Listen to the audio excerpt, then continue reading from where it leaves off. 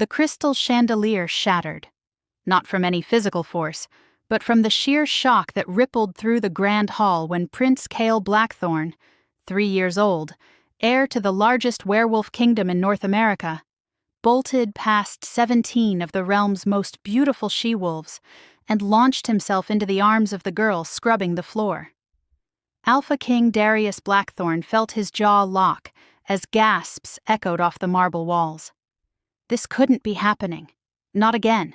Not after 2 years of failed ceremonies, rejected candidates, and a son who'd barely spoken since his mother died bringing him into this world. Kyle. His voice came out harder than he intended, sharp enough to make several visiting alphas flinch. Come here, now. The boy didn't even look at him. Instead, Cale buried his face in the neck of Sarah Ashworth, the one wolf in the entire palace who had no business being anywhere near this ceremony. She was an Omega, a broken one. The girl who couldn't speak, couldn't shift, and spent her days trying to disappear into the shadows while she cleaned up after her betters. She was also currently frozen in absolute terror, her scarred hands hovering in the air like she'd been caught stealing the crown jewels instead of just being in the wrong place at the wrong time. Your Majesty. Beta Marcus cleared his throat, his face carefully neutral. Perhaps the prince is confused. The prince, interrupted Lady Helena Winters, her voice dripping with disdain as she stepped forward in a rustle of emerald silk, is 3 years old. Surely we can't expect a child to make such an important decision. Darius watched Sarah try to gently extract herself from his son's grip. Her movements were careful, desperate. She was signing something, her hands moving in quick, pleading gestures that he'd learned to read over the past year. I'm sorry. Please, not worthy. I'll go. She smells like moonflowers, Kyle said suddenly, his voice clear and steady in a way it hadn't been in months. The hall went silent. Like Mommy did. Darius felt something crack in his chest. Moonflowers. Marina's favorite. The same flowers he'd buried with her, because their son had picked them from the garden the day before she'd gone into labor and never woken up. That's impossible, he said, but his voice had lost its edge. Moonflowers don't bloom this time of year. She does. Kyle lifted his head, and those eyes, Marina's eyes, not his, fixed on Darius with a certainty that shouldn't exist in a child so young. She smells safe, like home, like her. Sarah was shaking her head frantically, trying again to push Kyle away. Tears were streaming down her face now, cutting tracks through the dust on her cheeks. She looked like she wanted the floor to open up and swallow her whole. Darius almost wished it would. This is outrageous. Helena's mother, the former Luna of the Northern Pack, rose from her seat. You cannot seriously be considering the law of choosing is absolute, Darius heard himself say, even as everything in him rebelled against the words. When a future alpha makes his selection for mother figure, it cannot be overruled. Not by me. Not by the council, not by anyone. But Your Majesty, Beta Marcus stepped closer, lowering his voice. The girl can't even speak. She can't shift. She wouldn't survive a month as the prince's guardian, let alone... I am aware of what she is, Marcus. What she was a problem. A massive, complicated problem wrapped up in a too thin body and eyes the color of winter storms. Sarah Ashworth had arrived at the palace 6 months ago, half dead and completely mute, with wounds that suggested she'd barely survived a rogue attack. Her wolf was crippled. Everyone could sense it, a broken, whimpering thing that could never take form. She was the last Omega anyone would look at twice, and now she was, apparently, his son's choice for mother. This is a disgrace, Lady Winter's voice cut through the murmuring crowd. My daughter has trained her entire life for the honor of raising the future king. She has bloodlines that trace back to the original packs. She is whole, strong, and capable. And you would cast her aside for that? Sarah flinched like she'd been struck. She'd stopped fighting Kale's embrace and had gone completely still, her face turned away from the crowd. Darius could see her throat working, trying to swallow back whatever emotions were threatening to break free. "Your daughter," Darius said quietly, dangerously, "is an excellent candidate, as are the 16 other she-wolves who came here today. But my son has made his choice. Then your son should choose again. The choosing happens once. This is madness." Another alpha stood, his face red with outrage. "You'd make this damaged Omega your queen? She can't even defend herself, let alone a kingdom." Something shifted in Darius then. He didn't like Sarah Ashworth, didn't trust her. She was too quiet, too broken, too much of an unknown variable in his carefully controlled world. But she was also a member of his pack, however low-ranking, and nobody spoke about his wolves like that. "Watch your tone, Alpha Crane." The temperature in the room seemed to drop 10 degrees. "You're speaking about the prince's chosen guardian." "For now." Helena's voice was sharp. "Surely you'll invoke the trial period. 1 month to prove she's worthy of the position?" Darius looked at Sarah again. She'd finally managed to meet his eyes, and what he saw there made him pause. Not hope, not ambition, just pure, undiluted terror, and something else. Resignation, maybe. Like she already knew how this story ended. It almost made him feel guilty about what he was about to do. Almost. "Yes," he said slowly, watching her face pale further. "The trial period. 1 month, Miss Ashworth. 1 month as Prince Kale's guardian, under full scrutiny of the court. You'll move into the royal quarters. You'll be responsible for his care, his education, his safety, everything." She was shaking her head before he finished, her hands moving frantically. "No, can't, please, wrong choice. He'll see, please don't make me." "If you fail," Darius continued, ignoring her desperate signing, "you will be banished from this pack. You'll leave with nothing but the clothes on your back, and you will never set foot in our territory again." Her hands stilled. The message was clear.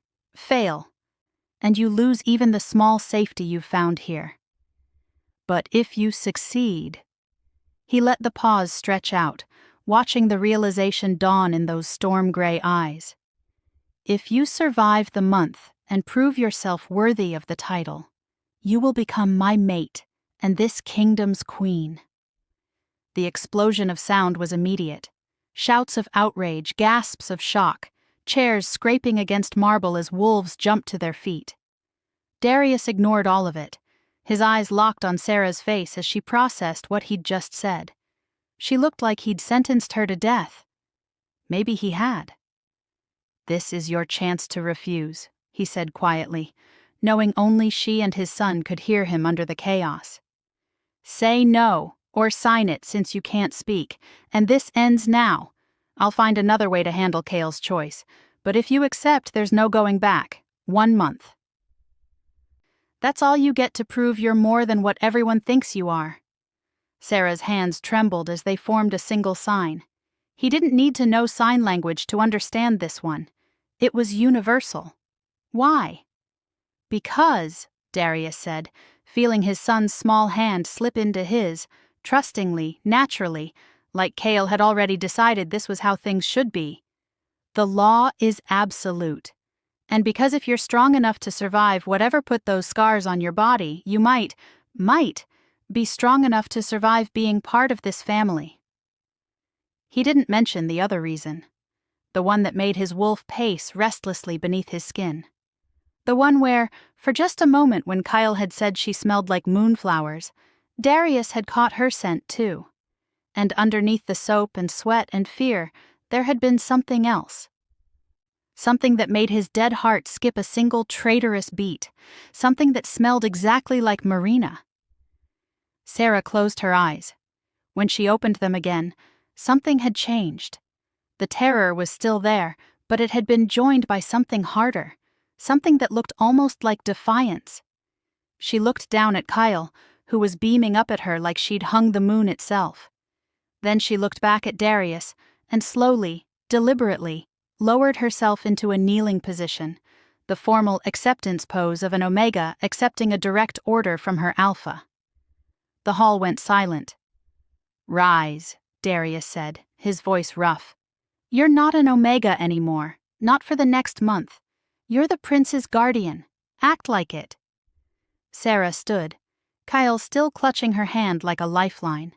She was a full foot shorter than Helena Winters, who stood nearby radiating fury. She was scarred, silent, and shaking. She was also, officially, the most controversial choice in the kingdom's 300-year history. "The ceremony is over," Darius announced to the room at large. "Thank you all for coming. Beta Marcus will show our guests to their quarters." "This isn't over, Your Majesty," Lady Winters said coldly. "No," Darius agreed, his eyes still on Sarah's pale face. "It's just beginning." As the crowd began to disperse, still muttering and shooting venomous looks at Sarah, Darius watched his son, his quiet, withdrawn, grief-stricken son, smile for the first time in 2 years. "Can Sarah read me a story tonight?" Kyle asked, his voice bright with hope. "Before bed?" Sarah's expression crumpled slightly. Her hands moved. "I can't read to you. I can't speak." "You don't have to talk," Kyle said simply. "You can show me the pictures. That's how Mommy used to do it when her throat hurt." And there it was again. That impossible connection to Marina that Darius couldn't explain, couldn't rationalize, and absolutely could not ignore. He looked at Sarah one more time, really looked at her, past the scars and the fear and the shadows in her eyes, trying to see what his son saw, what his wolf was suddenly, inexplicably interested in.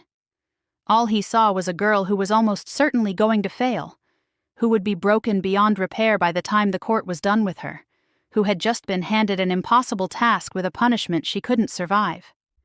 1 month, he reminded her, his voice cold enough to make her flinch.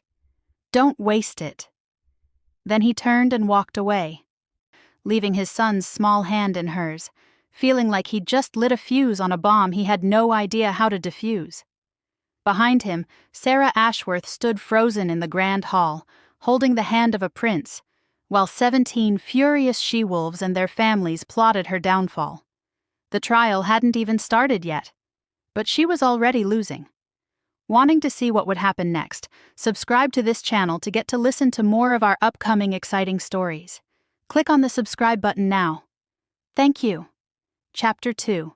Sarah's hands shook as she tried to button Kyle's pajama top.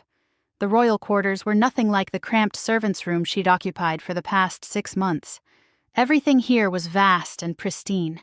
Marble floors covered in plush carpets, floor-to-ceiling windows that overlooked the palace gardens. Furniture that probably cost more than her entire Pax territory had been worth. Had been. Past tense. Because her pack didn't exist anymore.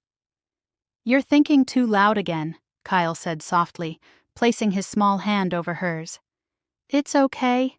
The buttons are tricky." Sarah managed a weak smile and finished the last button. She still couldn't believe this was real. 6 hours ago, she'd been scrubbing floors and praying no one would notice her. Now she was tucking the future king into bed while his father, the Alpha King, prowled somewhere in the adjoining suite like a caged wolf. She could feel Darius's presence even through the walls, his anger, his suspicion, his absolute certainty that she would fail. He wasn't wrong to doubt her. Kyle climbed into the enormous bed, and Sarah pulled the covers up to his chin. She pointed to the stack of picture books on the nightstand, raising her eyebrows in question. "The one about the moon," Kyle decided, "with the wolf who couldn't howl." Of course, the universe had a cruel sense of humor. Sarah settled beside him and opened the book, pointing to each picture as she turned the pages. Kyle narrated the story himself, his voice soft and steady, occasionally looking up at her to make sure she was paying attention. She was. She always did when someone spoke, hyper-aware of every word, every tone, every inflection she could no longer make herself. "Do you miss it?" Kyle asked suddenly, his finger tracing the image of the wolf learning to howl. Talking? Sarah's throat tightened. She nodded slowly. What did you sound like? The question hit her like a physical blow. She'd asked herself the same thing 1,000 times over the past year. Sometimes she couldn't remember anymore. Couldn't recall the exact pitch of her own voice, the way she'd laughed, the songs she'd sung while helping her mother in the kitchen. Her mother. Gods, her mother. Sarah's hands moved before she could stop them, signing words Cale couldn't understand yet. I sounded like my mother. Everyone said so. She had a beautiful voice. She used to sing at the full moon ceremonies. I wish I could hear you, Kyle said quietly. But I like your hands. They talk different, softer. Something cracked in Sarah's chest. She touched his cheek gently, then held up one finger. Wait. She grabbed a notebook and pencil from the nightstand, thanked the moon someone had thought to put them there, and wrote quickly, I can teach you. To understand my hands. Would you like that? Cale's entire face lit up. Really? Like a secret language? Just for us? Sarah nodded, and for the first time since the ceremony, she felt something other than terror. Maybe she couldn't be what this child needed in the long term. Maybe she would fail spectacularly and be banished in 29 days. But for right now, for tonight, she could give him this one thing. She taught him his first sign, friend. Friend, Kyle repeated, mimicking her hand gesture. That's us? We're friends? Sarah nodded, her eyes burning. Good. Kyle yawned and burrowed deeper into his pillows. Daddy needs friends too. He's sad all the time. Maybe you can be his friend after you're done being mine. Before Sarah could figure out how to respond to that impossibility, Kyle's eyes drifted closed. Within minutes, his breathing had evened out into sleep. Sarah sat there for a long moment, watching this child who'd somehow chosen her out of all the perfect, whole, worthy she-wolves in that hall. This child who smelled like pine and honey and something else, something that called to the broken thing inside her that used to be a wolf. He smells like safety. Something whispered in her mind. A voice she hadn't heard in over a year. A voice she'd thought was dead. Her wolf. Sarah's breath caught. It wasn't possible. The healers had been clear. The trauma, the silver that had been used on her, the danger, her wolf whispered. Protect the pup. Then the presence faded, leaving Sarah alone again in the silence. She pressed a hand to her chest, feeling her heart race. Her wolf had spoken. After a year of absolute silence, of that hollow emptiness where her other half should be, her wolf had spoken. Miss Ashworth. Sarah jumped, spinning to find Darius standing in the doorway. He was still dressed formally, though he'd removed his jacket. His white shirt was unbuttoned at the collar, and his dark hair was disheveled like he'd been running his hands through it. He looked dangerous. Predatory. Every inch the alpha king. Sarah stood quickly, smoothing her dress, the plain gray one she'd been wearing during the ceremony, now wrinkled and still dusted with floor grime. She probably looked like exactly what she was, an Omega pretending to be something more. How is he? Darius asked, his voice low so as not to wake Cale. Sarah nodded toward the sleeping child, hoping that would be answer enough. I meant what I said earlier. Darius moved closer, and Sarah had to force herself not to step back. You have 1 month. The council is already calling for me to overturn the choosing. They're citing precedent from 300 years ago when... He stopped, jaw clenching. It doesn't matter. What matters is that you understand what's at stake. Sarah signed quickly. I understand. I'll try my best. For him. You know sign language? Darius frowned. She nodded. Why? Because her little sister had been deaf. Because Sarah had learned it as a child so Lily would never feel alone. Because Lily had been only 6 when the rogues came, and her last sign to Sarah had been, I love you right before. Sarah shook her head sharply, pushing the memory away. Her hands moved. Personal reasons. Everything about you is personal reasons and shadows, Darius said, frustration bleeding into his tone. I have a broken Omega with no references, no history, and no voice suddenly responsible for my son. Do you understand how that looks? Sarah wanted to scream that she understood perfectly, that she knew she was the last person who should be here, that she'd been trying to be invisible precisely so no one would look too closely at what she was or where she'd come from. Instead, she just nodded. Darius studied her for a long moment, his amber eyes unreadable. Who were you? Before? The question she'd been dreading. Sarah's hands stayed still. The scars on your arms aren't random, Darius continued quietly. They're defensive wounds. You were trained to fight, and the way you move, when you're not trying to make yourself small, that's not how an Omega moves. That's a warrior's stance. Sarah felt ice slide down her spine. She'd been so careful, so deliberate in making herself forgettable, harmless, broken.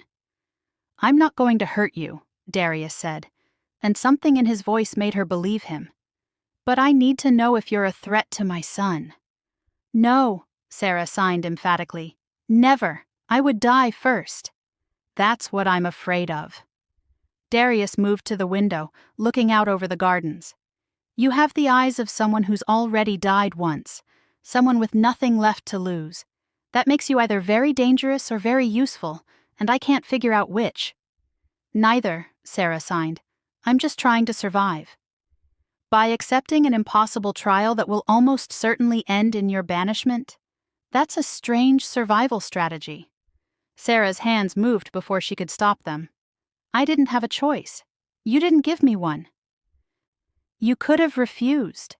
And then what? Shame a child? Dishonor your mate's memory? There was no good choice, just bad and worse. So you chose worse.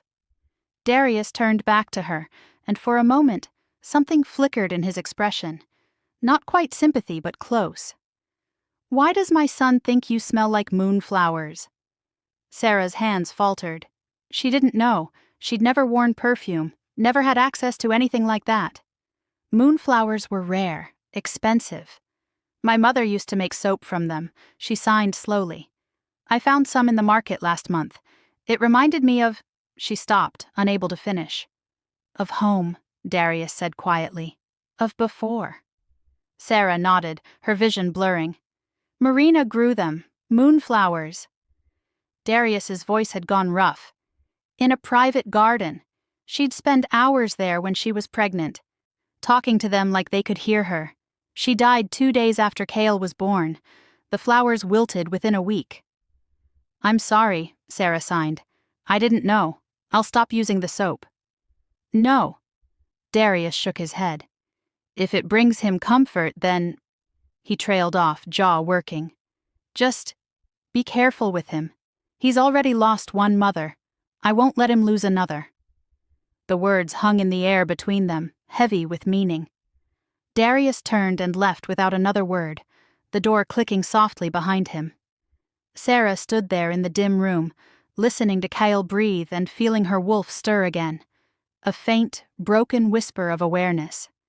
She'd been careful for so long, careful to hide who she was, where she'd come from, what she'd lost. But Darius was right. She did have a warrior's stance. She had been trained to fight. By her father. Alpha James Ashworth of the Silvermoon Pack. The pack that had been massacred a year ago in a rogue attack so brutal that no one had survived except her. The pack whose tragedy had been whispered about in every territory, whose Alpha's daughter had supposedly died with the rest of them. Except she hadn't died. She'd crawled out of the burning pack house with her throat slit, her wolf shattered, and her family's blood soaking into her clothes. She'd wandered for weeks before collapsing at the border of Blackthorn territory, more ghost than wolf. No one here knew who she was. She'd made sure of that. Given a false surname, kept her head down, communicated through hastily written notes when absolutely necessary. Because if anyone knew she was Alpha-born, they'd ask questions about how she survived when no one else did. about why the rogues had kept her alive for 3 days before finally. Sarah's hands went to her throat instinctively, tracing the thin scar that circled it like a collar. "Protect the pup," her wolf whispered again, stronger this time. Sarah looked at Kyle, so small and peaceful in the enormous bed. She'd meant what she signed to Darius. She would die before she let anything happen to this child. She'd already died once, after all. What was one more time? The next 3 days passed in a blur. Sarah moved through the palace like a shadow, hyper-aware of every whisper, every pointed stare, every curl of disgust on the nobles' faces when she passed. Lady Vivian Winters was the worst, always appearing around corners with her mother in tow, spreading poison with a smile. "I heard she can't shift because she was cursed by a witch," Vivian said loudly in the dining hall while Sarah was serving Kyle his breakfast. "Dark magic. How else would she have enchanted the prince?" "Probably used blood spells," another she-wolf agreed. "My grandmother told me about an Omega who did the same thing 70 years ago. She was burned for witchcraft." Sarah kept her head down and focused on cutting Kale's toast into triangles, the only way he'd eat it. "Are they talking about you?" Kale asked, his voice carrying in the too-quiet hall. Sarah nodded slightly, hoping he'd drop it. "That's rude." Kale's face scrunched up in disapproval. "Daddy says rumors are for people who don't have anything better to do." Several wolves shifted uncomfortably. Sarah hid a smile. "Besides," Kale continued, loud enough that Vivian definitely heard, "Sarah's teaching me cool stuff. Can you say 'friend' in 2 languages? Vivian's perfect face twisted into something ugly before smoothing back into a practiced smile. "How quaint. Though I'm not sure sign language will be useful when he needs to learn proper diplomatic protocols." "Proper protocols," came a deep voice from the doorway, "can wait until he's older than 3. Or would you like to teach him yourself, Lady Winters?" Everyone in the hall stood immediately as Darius entered. He looked like he hadn't slept in days. Dark circles under his eyes, tension in every line of his body. "Your Majesty." Vivian dropped into a perfect curtsy. "I only meant, I know exactly what you meant." Darius's voice was soft, dangerous. "And I know exactly what you've been spreading through my palace. One more word about dark magic or curses, and you'll find yourself explaining your concerns to the council under oath. Are we clear?" Vivian's face paled. "Crystal clear, Your Majesty."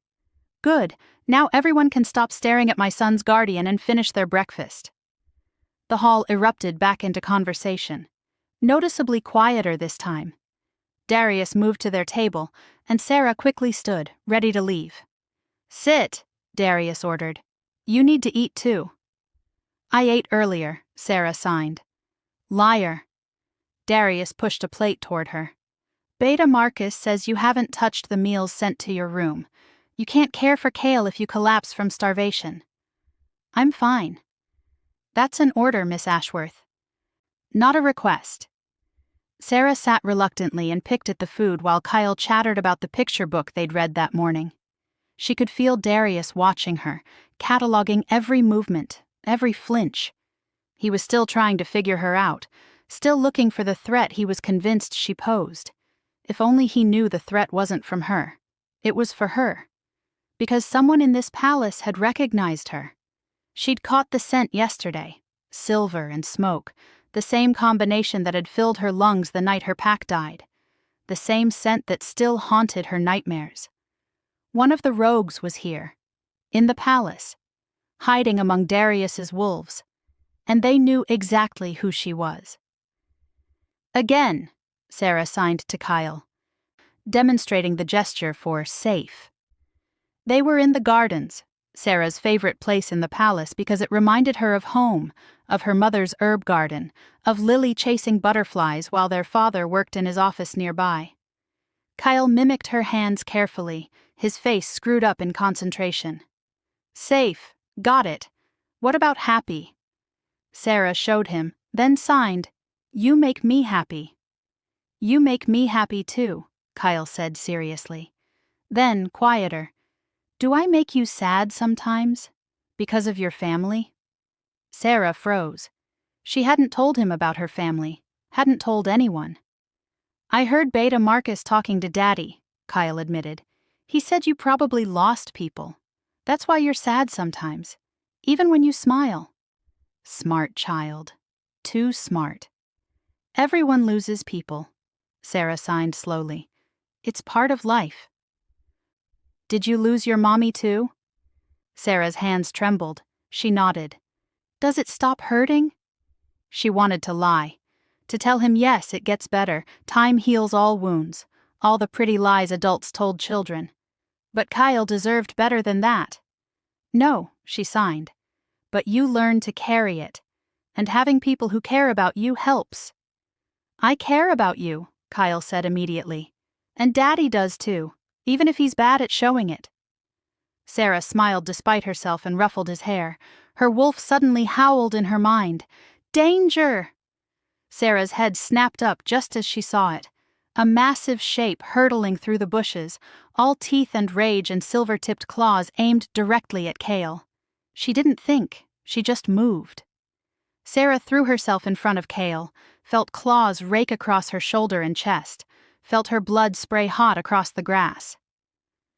The creature, too big to be a normal wolf, too wild to be controlled, snarled and prepared for another strike.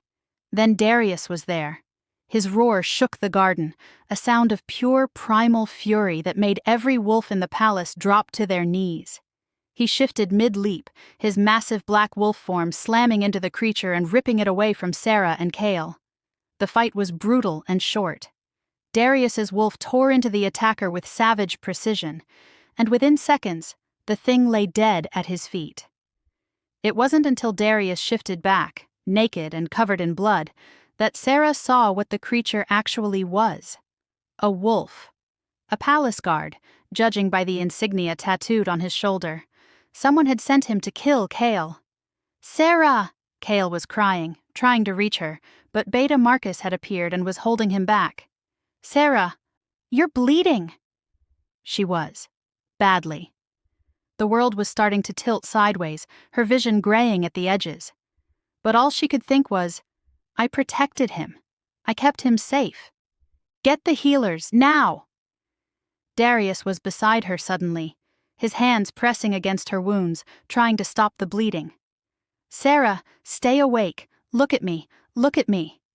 She tried. Gods, she tried. But it was so hard when everything hurt, and her wolf was screaming, and the last time she'd bled this much, she'd woken up alone in the ashes of her life.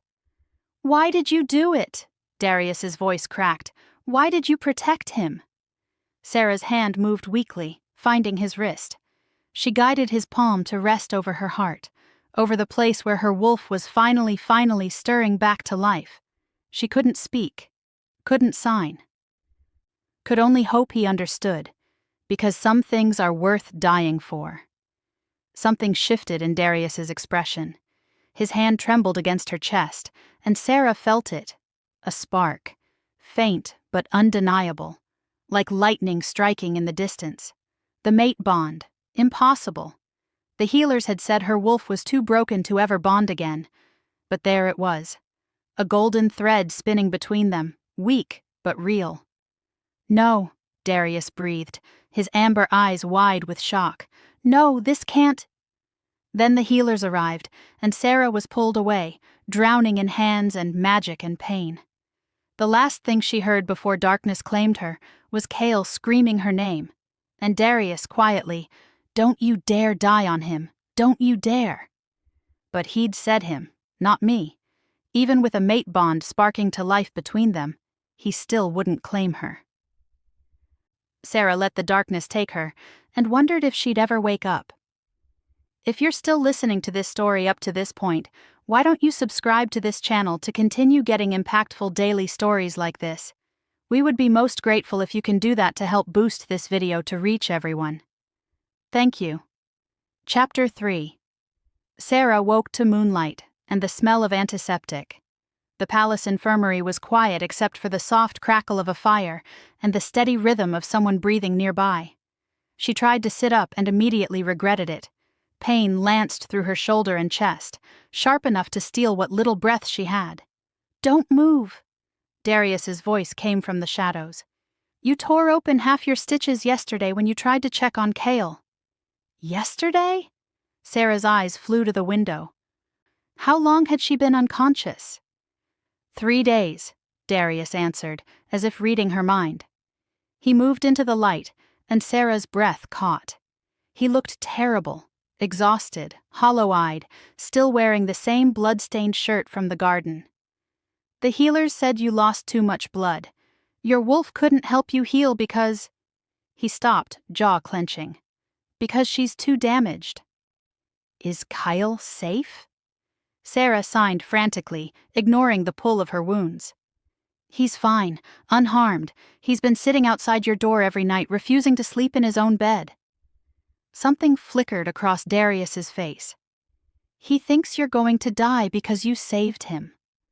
"I won't," Sarah signed. "I promised to teach him more signs." "You nearly died for him." Darius leaned forward, elbows on his knees, and for the first time since she'd met him, he looked uncertain, vulnerable. "The guard." His name was Thomas Reed. He'd been with the palace for 7 years, trusted, loyal. Until yesterday when I found silver-laced poison in his quarters and correspondence with someone outside the territory. Sarah's heart stuttered. "Rogues?" "We don't know yet. The letters were coded, but someone paid him a substantial amount to kill my son, and they knew Kyle would be in the garden at that exact time." Darius's eyes met hers, amber and intense. "Which means someone in this palace is feeding information to whoever wants my heir dead." "A traitor?" "Yes." Darius stood and moved to the window, his shoulders rigid. "I've increased security. Beta Marcus is vetting every guard, every servant, every wolf who has access to the royal quarters. But until we know who's compromised," he turned back to her, "you and Cale are confined to the royal wing, under constant surveillance." "How long?" "Until I find the traitor, or until—" He stopped himself. "Until my trial period ends and I'm banished," Sarah finished in her mind. 12 days. She had 12 days left before the court decided her fate. 12 days to keep Cale safe from whoever wanted him dead. "There's something else." Darius returned to his chair, and Sarah noticed for the first time that he was carrying a leather journal. "The healers asked me to give you this. They said you should write down everything you remember about the attack. Every detail, no matter how small." He placed it on the table beside her bed, along with a pen. "They also said—" His voice roughened. "They said you should write about before. About what happened to you, about why you can't speak." Sarah's hands stilled. "Why?" "Because they think it might help identify who's targeting you now. If your attack and the attempt on Cale are connected." Darius's expression darkened. "Then we need to know everything." "It won't change anything," Sarah signed. "My past is dead. It doesn't matter." "It matters to me." The words hung between them, heavy with meaning Sarah couldn't begin to unpack. Before she could respond, the door burst open and Kyle flew into the room, Beta Marcus close behind. "You're awake!" Kyle scrambled onto the bed, careful to avoid her injuries. "You've been sleeping forever. I thought... "I'm okay," Sarah signed quickly, even though moving her arms sent fire through her chest. "I'm okay, little one." "You're not supposed to call me that." Kyle's eyes were red from crying. "I'm a prince, but you can if you want to." Sarah managed a smile and touched his cheek gently. She signed, "You were very brave." "I wasn't," Kyle's voice cracked. "You were brave. You saved me. Why did you do that? You could have died." "Because I've already lost everyone I love. Because I know what it feels like to be the one left behind. Because you're a child who deserves to grow up. Because you're my friend," she signed instead. "And friends protect each other." "Your Majesty," Beta Marcus said quietly, "we have the security reports you requested." Darius nodded and stood. "I'll be back in an hour. Kyle stays with you until then. There are guards outside the door." After they left, Kyle settled beside Sarah on the bed, careful not to jostle her. "Daddy's scared," he said quietly. "I've never seen him scared before, not even when Mommy died." Sarah stroked his hair, wishing she could tell him it would be okay, that they'd catch whoever did this, that he was safe. But she'd learned long ago that sometimes there were no safe places, no guarantees, only moments of peace between the storms. "Sarah?" Kyle's voice was very small. "What if the bad wolf comes back?" "Then I'll stop him again," Sarah signed. "I promise." "But what if you're not there?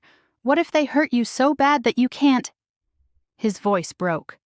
Sarah pulled him close, letting him cry against her good shoulder. She signed against his back, knowing he couldn't see.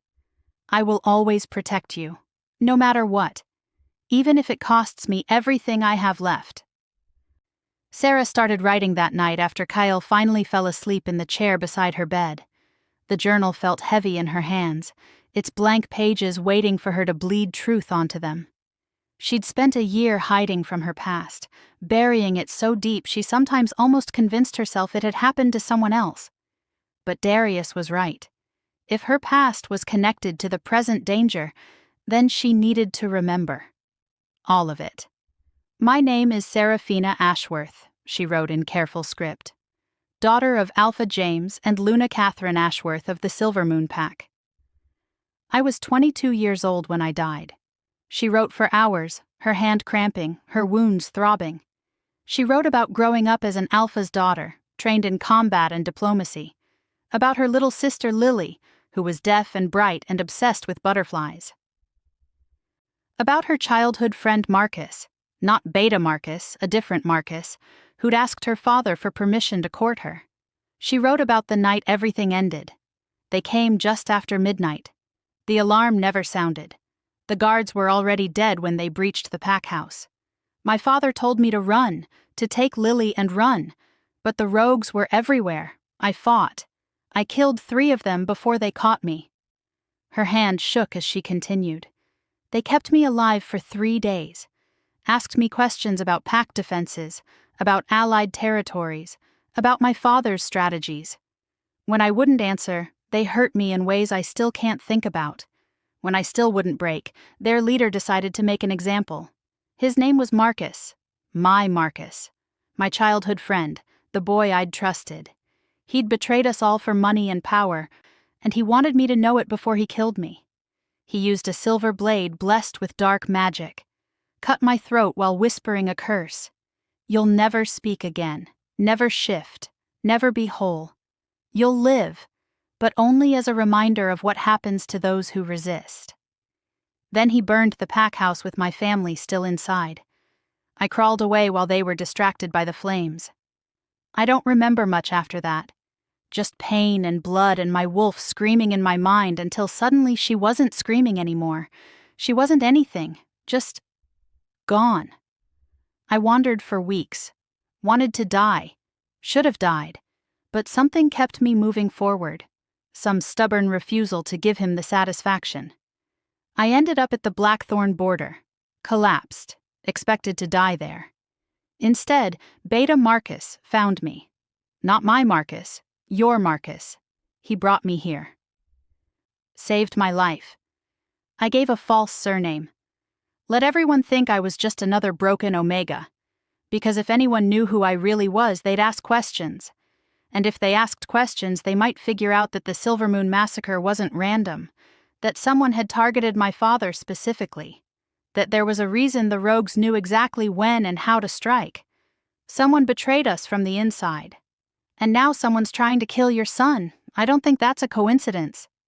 Sarah set down the pen, her vision blurry with tears. She'd written it all, every horrible detail, every nightmare that still woke her screaming silently in the dark. She left the journal on the table and finally let herself sleep. When Darius read her words the next morning, Sarah watched his face change. He'd come to check on her just after dawn, expecting to find her asleep. Instead, she'd been awake for hours, watching Cale breathe and trying not to think about all the ways this could end badly. "Sarah." Darius's voice was rough as he looked up from the journal. "Gods, Sarah, you were—" "I was someone else," she signed. "That person died in the fire." "No." Darius set the journal down carefully like it might shatter. "That person survived. You survived. The shell survived. The rest burned." "That's not true." Darius moved closer, and Sarah saw something in his eyes she'd never seen before. Guilt. "I treated you like you were nothing, like you were broken and worthless, and—" His jaw clenched. "I'm sorry, I'm so damn sorry."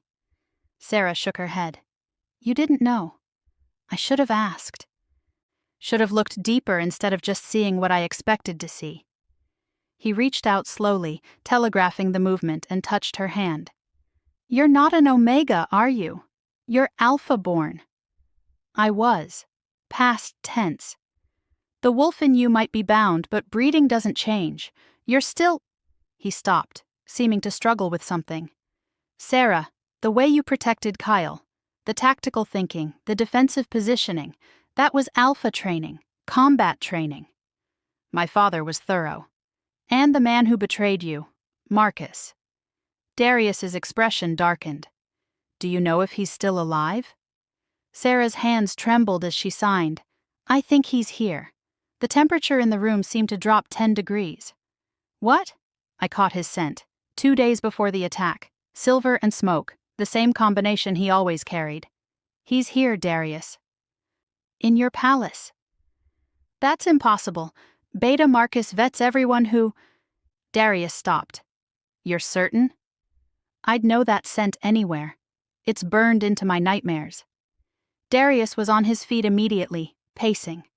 "If he's here, if he's been here all along, then he could be the one feeding information to the rogues. He could have orchestrated the attack on Cale to—" He spun back to her. "To get to you." "Why would he care? I'm nothing to him now." "Because you're the last witness to what really happened to the Silvermoon Pack. Because if anyone started investigating, if anyone connected your father's death to current events—" Darius's eyes widened. "Your father was working on something, wasn't he? Before he died?" Sarah's blood ran cold. "How did you know that?" "Because Alpha James reached out to me 6 weeks before the massacre. Said he'd discovered information about a conspiracy that threatened all packs in the region. He wanted to meet, to share intelligence, but he died before the meeting could happen." Sarah finished via sign, her hands shaking. "We assumed it was just bad luck, terrible timing. The investigation concluded it was random rogue violence." Darius sat down heavily. "It wasn't random at all, was it?" "No. And if my father found something worth killing him over, if that information is still out there somewhere, then you're a threat simply by existing." Darius's expression turned grim. "And my son became a target the moment he chose you." They sat in silence, the weight of revelation pressing down on them both. "We need to find this Marcus," Darius said finally. "Can you describe him?" Sarah nodded and reached for paper. She sketched quickly, the sharp features, the distinctive scar through his left eyebrow, the cold eyes that had smiled at her while he destroyed everything she loved. When she finished, Darius stared at the drawing for a long moment. "I need you to be wrong about this," he said quietly. "Why?" "Because if you're right, if this is the man you remember—" Darius looked at her, and Sarah saw real fear in his eyes. "Then we're in more danger than I thought." "You know him." "I know someone who looks like this, someone who's been in the palace for 6 months." Darius's hands clenched into fists. "Someone who was hired on Beta Marcus's recommendation." "The same timeline as when she'd arrived. Who is he?" "One of our senior guards. He goes by Michael Stone now." Darius stood abruptly. "Stay here. Don't leave this room. Don't sign to anyone except me or Cale. If I'm right about this—" The door burst open and Beta Marcus stumbled in, blood streaming from a cut on his temple. "Your Majesty, we have a problem. Lady Vivian's been arrested." The interrogation room was cold stone and iron bars. Sarah sat beside Darius in the observation area, watching through one-way glass as Vivian Winters paced her cell like a caged animal. The beautiful she-wolf looked decidedly less perfect now, her elaborate hair disheveled, her silk dress torn, her face pale with terror. "Tell me again what happened," Darius said to Beta Marcus. "Prince Kael's food was being delivered to your quarters when he suddenly knocked the plate away, said it smelled wrong. We had it tested immediately." Beta Marcus's expression was grim. "Wolfsbane. Enough to kill a child Kael's size within minutes."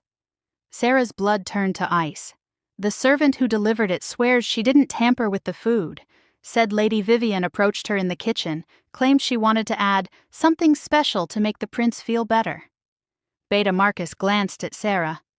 "The servant thought it was strange but didn't want to offend a lady of the court." "So Vivian poisoned my son's food." Darius's voice was deadly calm. "And would have succeeded if Kael hadn't detected it." "His senses are unusually sharp," Sarah signed, "for his age." "Another gift from his mother," Darius said softly. Then, louder, "Bring her in. I want to hear this myself." Moments later, Vivian was dragged into the interrogation room proper, shackled and defiant. "Your Majesty." She lifted her chin. "This is a misunderstanding. I would never—" "The evidence suggests otherwise." Darius's voice cut through her protests like a blade.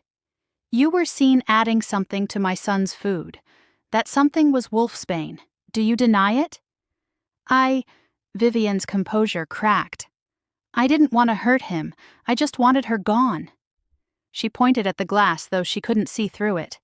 "That Omega, that broken thing, she doesn't belong here." "So you tried to murder my son instead?" Darius's tone could have frozen fire. "No, Vivian's voice broke. "I was told it would only make him sick enough that she'd be blamed for inadequate care. Sick enough that the trial would end and she'd be banished. That's all." "Told by who?" Vivian's face went white.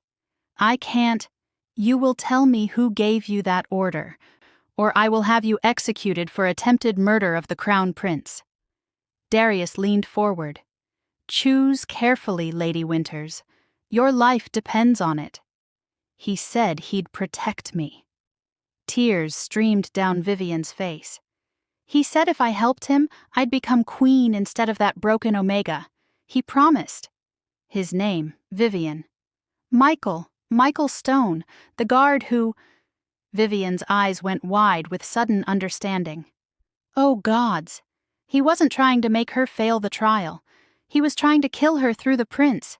He was going to let the prince die and blame her, and I was going to—" She didn't finish, because in that moment the lights went out.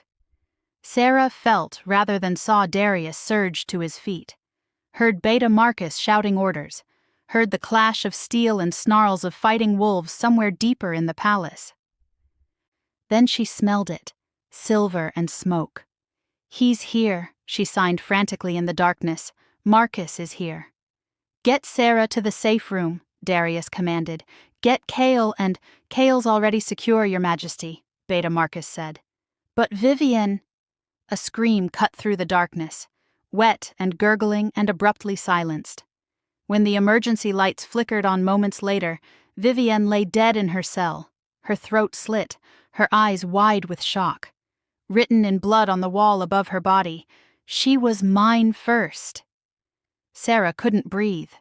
The message was for her. The threat was clear. Marcus had found her, and he wasn't going to stop until he finished what he'd started a year ago. "Lock down," Darius snapped. "Full lockdown. No one enters or leaves the palace. I want every guard accounted for, every room searched. Find me Michael Stone. Now." But Sarah knew they wouldn't find him. Not until he wanted to be found. That night, Sarah couldn't sleep. She sat in Kyle's room, watching him breathe while guards stood outside the door, and Darius coordinated the search from his office. Her wounds ached, but the physical pain was nothing compared to the fear coiling in her gut. Marcus was here. After everything, after all her careful hiding, he'd found her. And he was using Cale to get to her. I should leave, she thought. Should take the banishment now, lead him away from here. But even as she thought it, she knew it wouldn't work. Marcus didn't just want her dead. He wanted her to suffer first. And what better way to make her suffer than by killing a child she'd come to love? Can't sleep either? Sarah jumped, spinning to find Darius in the doorway. He'd changed clothes finally, but he still looked exhausted. Any sign of him? She signed. None. It's like he vanished into smoke. Darius moved into the room, settling into the chair beside her. But we found his quarters. Found correspondence with rogue packs across 3 territories. Found maps of our defenses. Found... His jaw clenched. Found a journal detailing the Silvermoon massacre, including your father's final words before Marcus killed him. Sarah's hands froze. What did he say? He said, "Tell Seraphina to find the Blackthorn King. He's the only one who can stop what's coming." Darius looked at her. He knew. Your father knew someone was coming for him, and he sent you here deliberately, not by accident. That's impossible. I didn't even know where I was going. You walked for weeks in a straight line toward Blackthorn territory, never deviating, like something was pulling you here. Darius leaned forward. Sarah, I think your father used the last of his power to lay a compulsion on you, to make sure you'd reach safety. To reach you? Yes. Darius's expression was unreadable.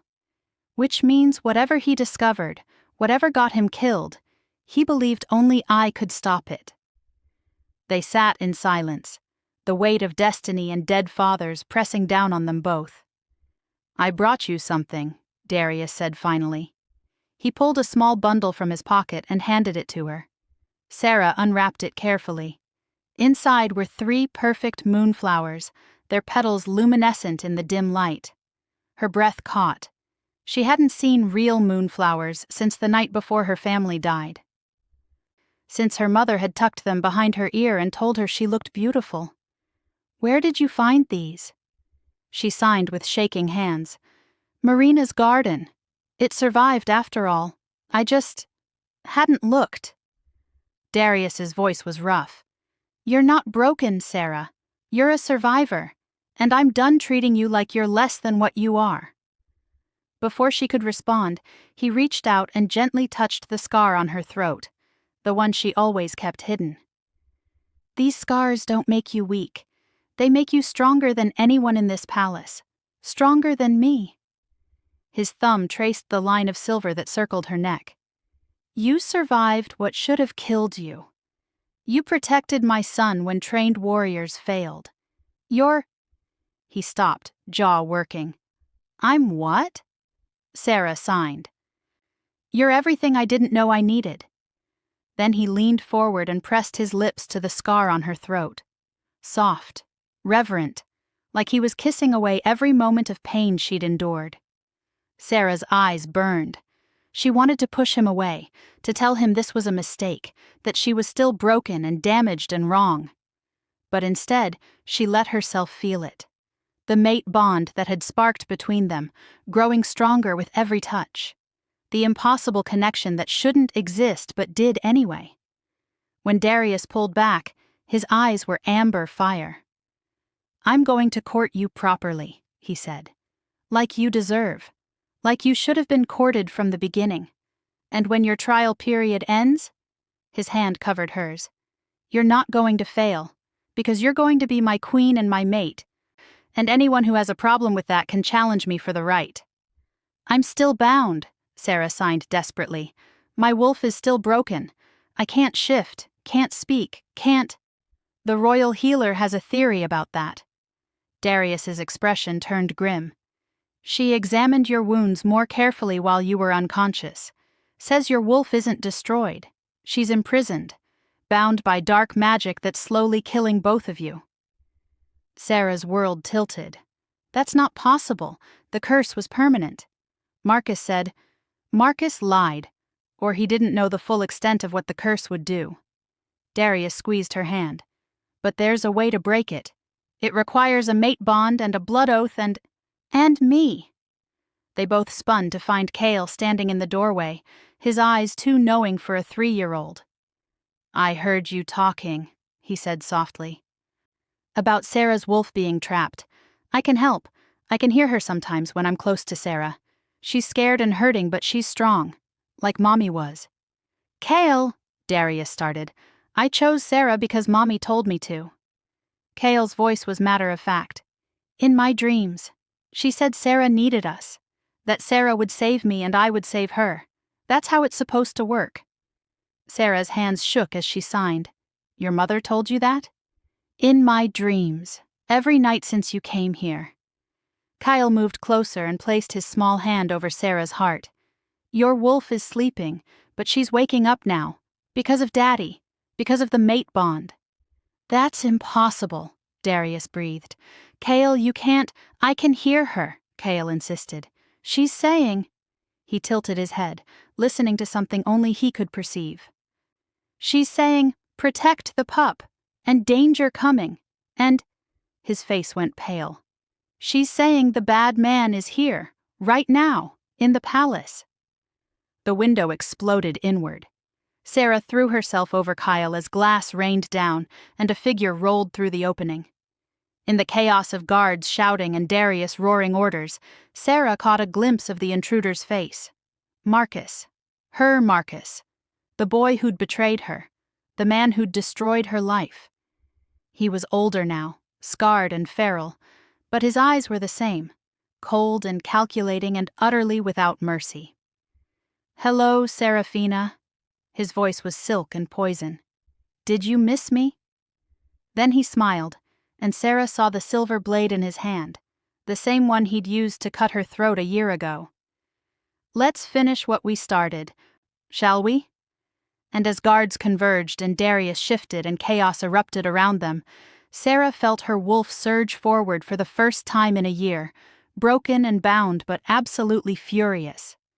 Not this time, her wolf snarled. This time, we fight. If you're still listening to this story up to this point, why don't you subscribe to this channel to continue getting impactful daily stories like this? We would be most grateful if you can do that to help boost this video to reach everyone. Thank you. Chapter 4. Time slowed to a crawl. Sarah saw Marcus's blade arc through the air, silver gleaming in the moonlight. Saw Darius mid-shift, his wolf erupting from his skin in a shower of power. Saw Cale's terrified face beneath her as she covered him with her body. But something was wrong. Marcus's eyes weren't on Cale, weren't even on her. They were locked on someone behind them. I'm sorry, Your Majesty, Marcus said, and his voice held genuine regret. But I have my orders. Then he threw the blade, not at Sarah or Cale, but at the doorway where a figure had just appeared. Lord Corbin Thorne moved with surprising speed for a man in his 60s, batting the knife aside with a pulse of magic that made Sarah's teeth ache. He was Marina's uncle, Darius's most trusted advisor, a wolf who'd served the Blackthorn crown for 40 years. He was also smiling. Really, Marcus? Corbin's voice was disappointed. After everything I paid you, you develop a conscience now. The world tilted sideways. Marcus didn't attack Corbin, didn't move to defend against him. Instead, he dropped to one knee in a gesture of submission that made Sarah's blood run cold. Forgive me, my lord. But the girl, she's seen too much, remembered too much. I thought a quick death would be. You thought wrong. Corbin's eyes, cold and calculating, finally settled on Sarah. Hello, Seraphina. It's been a long time. Sarah couldn't breathe, couldn't move, because she knew that voice. Not from the palace, not from recent memory. From a year ago, from a burning pack house, from a nightmare that had haunted her every sleeping moment since. Cut her throat, but keep her alive. I want her to remember what happens to those who interfere with my plans. That voice, Corbin's voice, giving Marcus the order to destroy her. Corbin, what is this? Darius's growl was pure alpha dominance, his half-shifted form bristling with barely contained rage. Explain yourself, Now. Oh, Darius! Corbin sighed like a disappointed parent. I'd hoped to do this quietly, to let Marcus finish the job he botched a year ago and move forward with the plan. But the whelp had to go and choose her, didn't he? His eyes flicked to Cale with cold assessment. Just like his mother, too soft, too weak, choosing broken things instead of strength. You're talking about my son. Darius's voice dropped to a lethal whisper. Choose your next words very carefully. Your son is a mistake that should have died in childbirth along with his mother. Corbin's mask of civility shattered. Marina was supposed to give you a strong heir, an alpha to be proud of. Instead, she gave you a runt who cries over injured birds and chooses crippled omegas as mother figures. Darius lunged. Corbin raised a hand and Darius slammed into an invisible wall, the impact hard enough to crack stone. Magic. Dark. Twisted magic that shouldn't be possible for a normal wolf. Now, let's not be hasty. Corbin's smile was all teeth. We have so much to discuss. Starting with how young Serafina survived what should have killed her. How she ended up here of all places. How she managed to worm her way into your son's affections and your bed. Run, Sarah's wolf whispered urgently. Take the pup and run. But Sarah's body wouldn't obey. Because she was seeing it now, seeing past the expensive clothes and cultured accent to the monster beneath. Seeing the face that had watched while Marcus cut her throat. That had smiled while her family burned. You, she signed frantically, her hands shaking so badly she could barely form the words. You killed them, my father, my mother, Lily, everyone. Ah, she remembers. Corbin clapped slowly. I wondered if the curse would hold. Marcus was so certain the trauma would keep your memories fragmented. But love has a way of breaking through barriers, doesn't it? He glanced at Darius, still struggling against the magical barrier. Your father was a problem, Serafina. He discovered my arrangement with certain rogue factions. My plan to destabilize the smaller packs and consolidate power. He was going to expose everything to Darius. You betrayed your own alpha. Darius's voice was raw with fury. Your own family. Marina trusted you. I trusted you. Marina was a fool. Corbin's expression twisted into something ugly. She actually believed in peace, in unity among the packs, in raising her son to be compassionate instead of strong. He spat the word like a curse. When she discovered what I was building, the network of loyal wolves who understood that only the strong deserved to rule, she threatened to tell you everything. Sarah felt the room spin. No, that couldn't mean... You killed her. Darius's words came out strangled. You killed my mate. I gave her a choice. Stand aside and let me guide Cale properly or face the consequences. Corbin shrugged. She chose poorly. The poison I slipped her during labor was quick, at least. More mercy than she deserved for her weakness. The sound that ripped from Darius's throat was pure anguish. He threw himself against the barrier again and again, his wolf howling for vengeance, his power battering against Corbin's magic like a hurricane against stone. Daddy? Cale's small voice cut through the chaos. He was still beneath Sarah. His face pressed against her chest, but his eyes were locked on Corbin. You hurt Mommy? I freed your father from her softness, boy. When you're older, you'll understand. You're the bad man. Cale's voice was surprisingly steady. The one Mommy warned me about. She said you'd try to hurt Sarah, too. That's why I had to choose her, to protect her from you. Corbin's face darkened. Marina couldn't have told you that. She was dead before you could speak. She tells me in my dreams. Cale tilted his head, and Sarah felt power ripple through the child. Something ancient and vast that made her wolf whimper. She's here right now. She says you're going to lose. That Sarah's wolf is waking up. That... Enough! Corbin made a sharp gesture and Kyle cried out, clutching his head. No more games. Marcus, kill the Omega, make it quick. I'll handle the rest. Marcus moved toward them, his expression almost apologetic, silver blade glinting. And Sarah's wolf roared. Not a whisper, not a broken whimper. A full-throated battle cry that hadn't been heard in over a year. Protect the pup.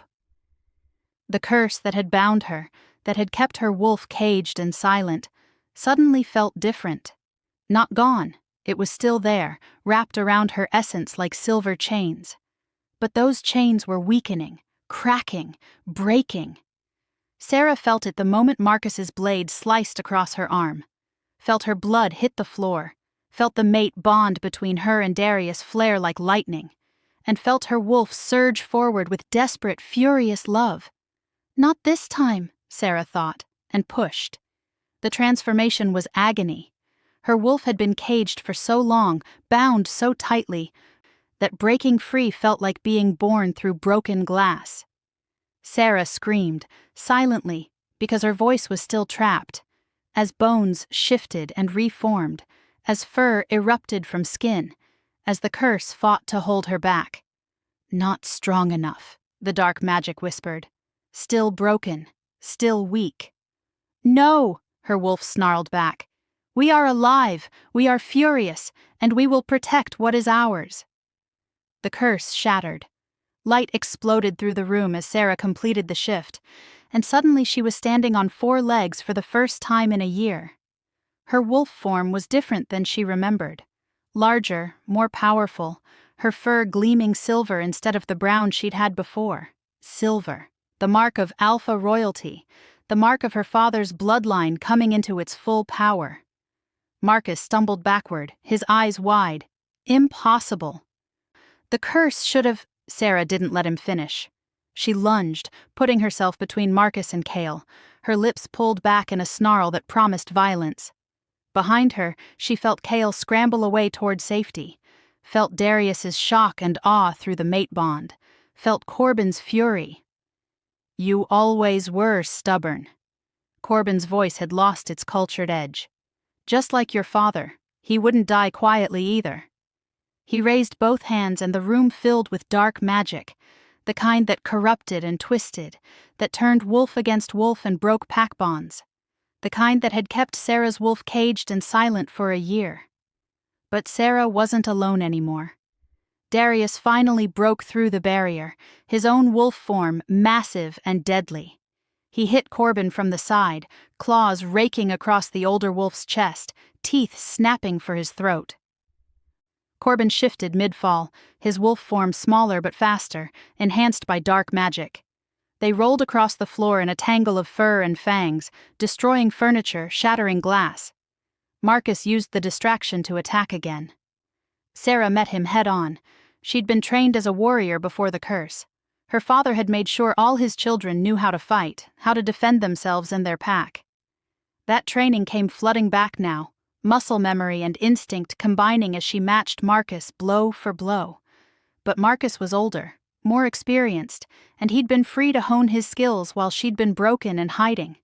His claws found her shoulder, the one already wounded from the garden attack. Pain exploded through her nerve endings, white-hot and blinding. Sarah stumbled, and Marcus pressed his advantage, going for her throat. "Sarah!" Kyle's scream cut through the battle, and something inside Sarah just snapped.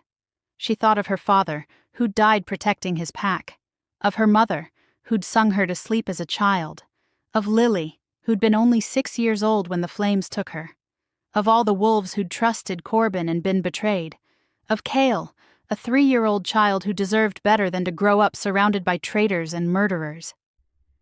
Sarah twisted mid-fall, caught Marcus's foreleg in her jaws, and bit down. The crunch of bone was satisfying. Marcus's howl of pain even more so.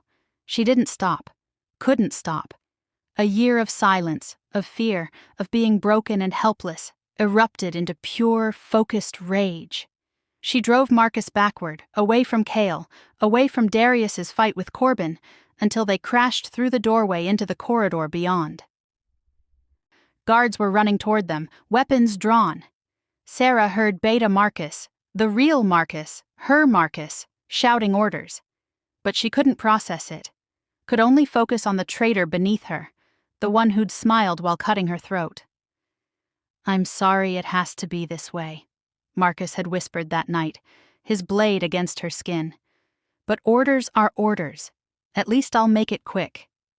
He'd lied. The curse had kept her alive and suffering for a year. Now it was his turn to suffer.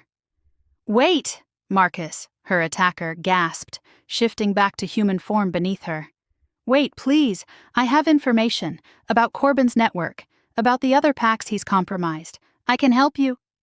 Sarah's wolf didn't care about information. She cared about justice.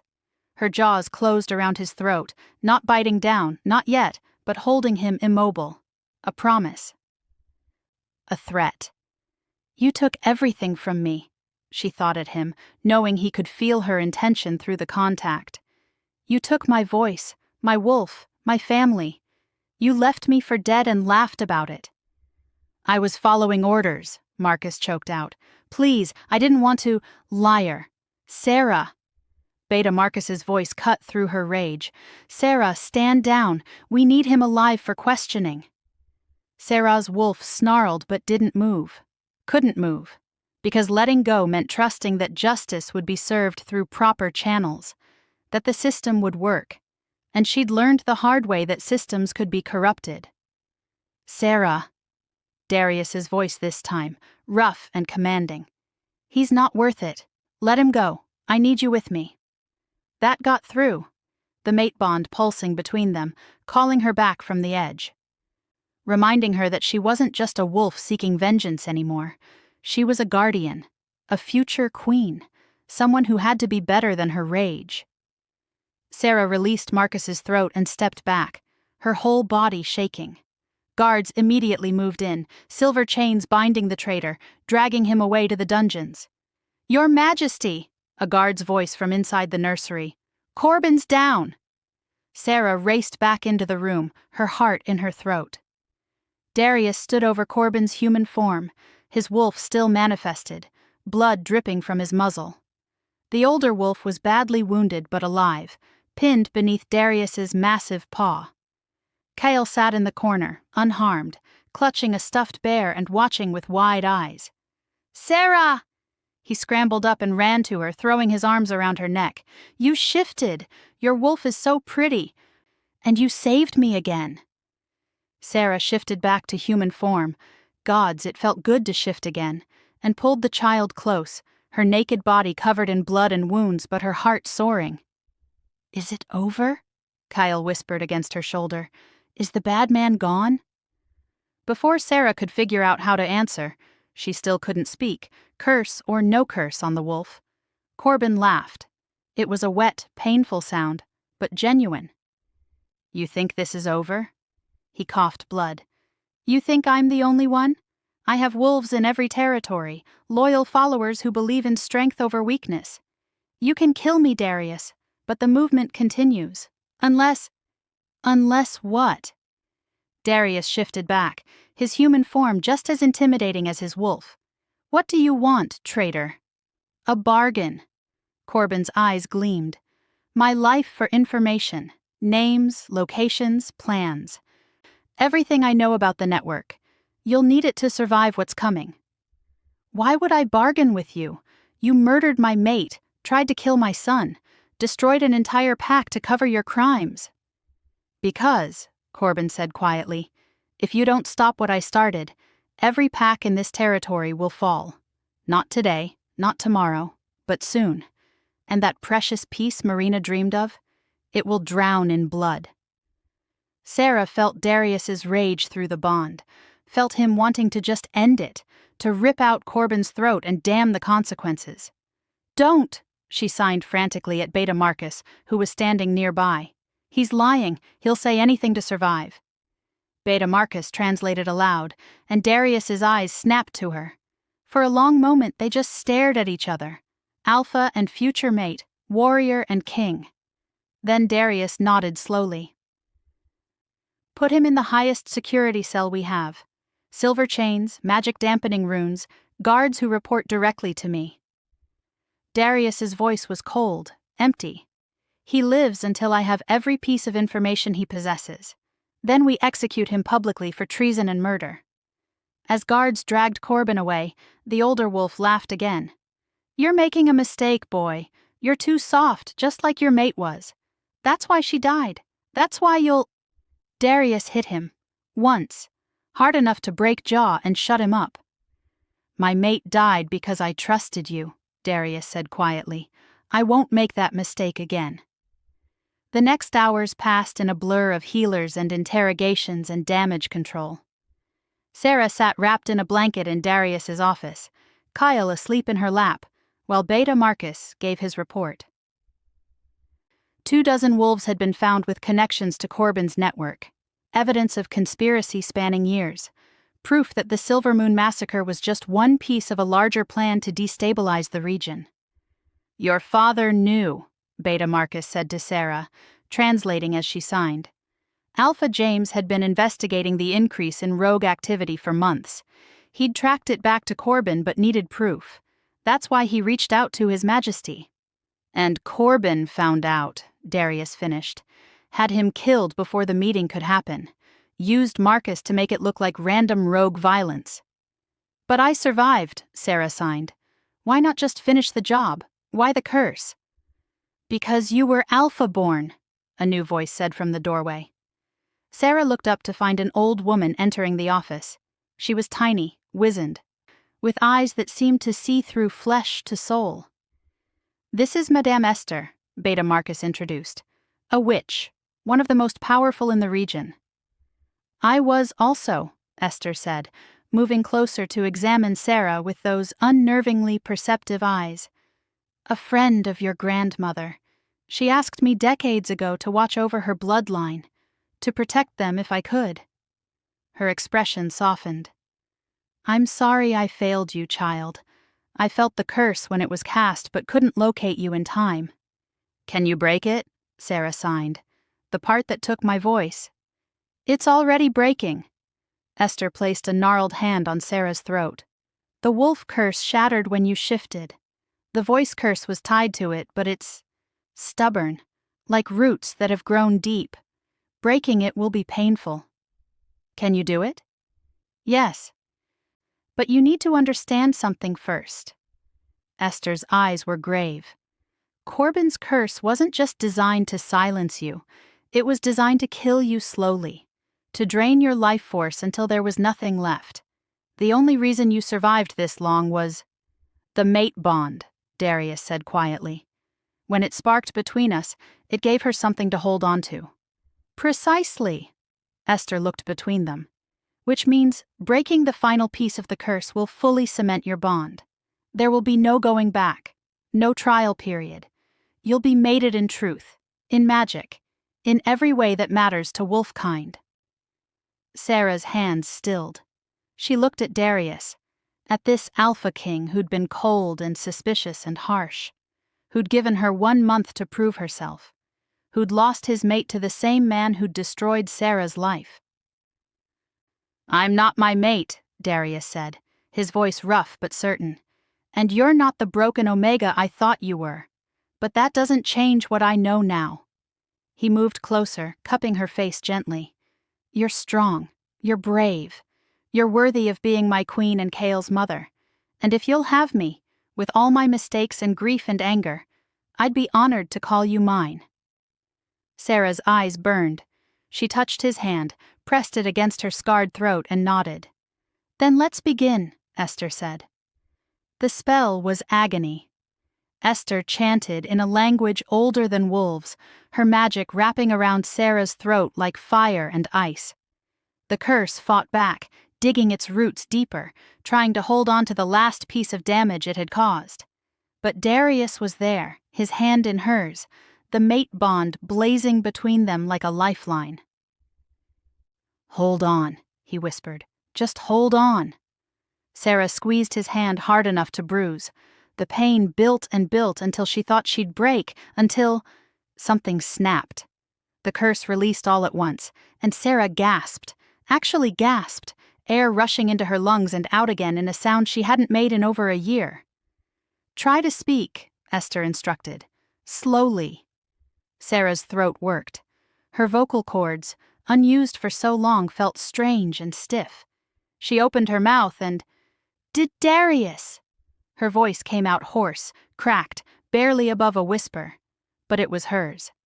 I can hear your wolf calling to mine. The mate bond exploded between them, no longer a spark, but a conflagration. Sarah felt everything Darius felt. His relief, his joy, his love, his guilt, his grief. All of it pouring through the connection that had finally, fully formed. Sarah. Her name on his lips was a prayer. Gods, Sarah, your voice is terrible, she croaked, and laughed. Actually laughed, the sound rusty but real. But it's mine. Darius pulled her close, careful of her wounds, and kissed her. Not gentle, not tentative, but fierce and claiming and full of promise. When they finally broke apart, Cale was awake and staring at them with wide eyes. Sarah talked, he exclaimed. You can talk now. I can, Sarah whispered, her voice already getting stronger. Hi, Cale. Hi, he beamed. Does this mean you're staying, forever and ever? Because Daddy said, Yes, Darius interrupted, his arms still around Sarah. She's staying, forever. And she'll be my mommy? For real? Sarah looked at this child who'd chosen her when she was broken. Who'd seen past her scars and silence to something worth protecting. If you'll have me, she whispered. Cale's answer was to launch himself at her, hugging her so tight she could barely breathe. Best day ever, he declared. Except for the scary parts. Those were bad. Despite everything, the battle, the betrayal, the pain, Sarah found herself laughing again.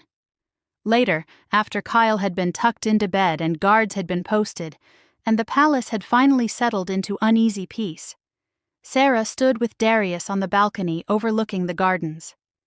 Corbin will pay for what he did, Darius said quietly. To Marina, to your family, to you, I swear it. I know. Sarah's voice was still rough, but getting clearer with each word. But vengeance won't bring them back. No. But justice might help you heal. I'm already healing. Sarah turned to face him, placing her hand over his heart. Because of you, because of Kyle, because for the first time in a year, I have something worth living for instead of just surviving. Darius covered her hand with his. I don't deserve you. No, Sarah agreed and smiled. But you're stuck with me anyway. He kissed her again, slower this time, tender.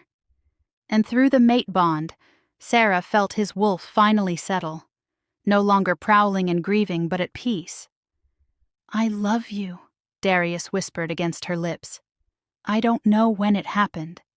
Maybe when Kyle chose you. Maybe when you threw yourself in front of him in the garden. Maybe the moment our bond sparked. But I love you, Seraphina Ashworth. My mate, my queen, my second chance. I love you too, Sarah said, her voice breaking on the words. Even though you're bossy and overprotective and you gave me the worst trial period in history. In my defense, Darius said, pulling her closer. I had no idea my 3-year-old was better at picking mates than I was. Sarah laughed, and it felt like flying. Tomorrow would bring more challenges, interrogations and trials and rebuilding what Corbin had tried to destroy. But tonight, she had her voice back, her wolf back, her life back, and a mate who looked at her like she hung the moon. Darius, she whispered. Yes? Thank you, for giving me a chance to prove myself, even when you didn't believe I could. You proved more than I ever imagined. Darius's voice was rough with emotion. You're not what I expected, Sarah. You're so much more. They stood there under the stars. Two broken souls finding wholeness in each other, while inside the palace, a small prince dreamed of butterflies and silver wolves, and a mother who would never leave him. The trial period was officially over, but their real story was just beginning. If you're still listening to this story up to this point, why don't you subscribe to this channel to continue getting impactful daily stories like this? We would be most grateful if you can do that to help boost this video to reach everyone. Thank you. Chapter 5. The moon was full the night Sarah finally told Darius everything. They sat in Marina's garden, their garden now, surrounded by moonflowers that had bloomed more abundantly than ever since Sarah's curse had been broken. Kyle was asleep in the palace, guarded by wolves Darius trusted with his life, leaving them this rare moment of peace. "I blamed myself," Darius said quietly, his fingers intertwined with hers. "For 2 years, I blamed myself for Marina's death. If I'd been more attentive during her pregnancy, if I'd noticed something was wrong, you couldn't have known Corbin poisoned her." Sarah's voice was still rough around the edges, but growing stronger every day. She loved using it, loved that she could speak Darius's name, could tell Kale stories in her own words instead of through signs. "I should have." Darius's jaw clenched. He was always there, always offering advice, always so concerned. I thought he was being supportive, loving. I trusted him with everything, including my mate's care. "He was your family. You had no reason to suspect him." "Except I did." Darius turned to look at her. His amber eyes haunted. "Marina tried to tell me something the night before she went into labor. Said Corbin had been asking strange questions about pact defenses, about succession laws. I told her she was imagining things. That pregnancy was making her paranoid." His voice cracked. "Those were the last real words we exchanged. The next day she went into labor and she never woke up." Sarah squeezed his hand. "It wasn't your fault." "Wasn't it? I dismissed her concerns, chose to believe a traitor over my own mate, and because of that she died alone, probably knowing Corbin had poisoned her and unable to tell anyone." Darius's shoulders shook. "She gave me Kyle with her last breath, and I've spent 2 years terrified I'd fail him the way I failed her." "You haven't failed him." Sarah moved closer, cupping his face gently. "Kyle is alive and safe and loved. That's because of you. Because you protected him even when you didn't know who the real threat was." "I protected him by luck and instinct. If he hadn't chosen you—" Darius stopped, emotions warring across his face. "Gods, Sarah.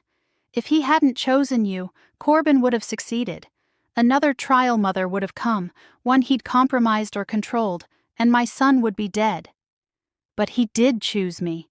Marina guided him to me." Sarah had come to believe that over the past week, as more details emerged.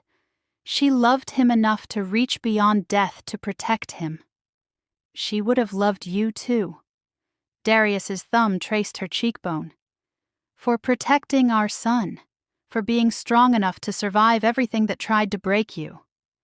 "I'm not that strong," Sarah whispered. "Most days I'm still terrified. Terrified that I'll wake up and this will all be a dream, that I'll be back in that cell with Marcus's knife at my throat, that I'll lose everything again." "That's what strength is, though. Being terrified and moving forward anyway." Darius pulled her against his chest, and Sarah felt his heartbeat, steady and sure. "You taught me that. You who faced assassins and traitors and dark magic with nothing but a broken wolf and a mute silence. You're the strongest person I've ever known." Sarah's eyes burned. "I'm scared of being your queen, of failing you, of not being worthy of—" "Don't!" Darius's voice was fierce. "Don't you dare say you're not worthy. You're Alpha-born royalty, Sarah. The last heir of the Silvermoon Pack. Your bloodline is as ancient and powerful as mine. A bloodline that's extinct except for me. A pack that's ashes and ghosts." Sarah pulled back to look at him. "I'm not what anyone expected for their queen."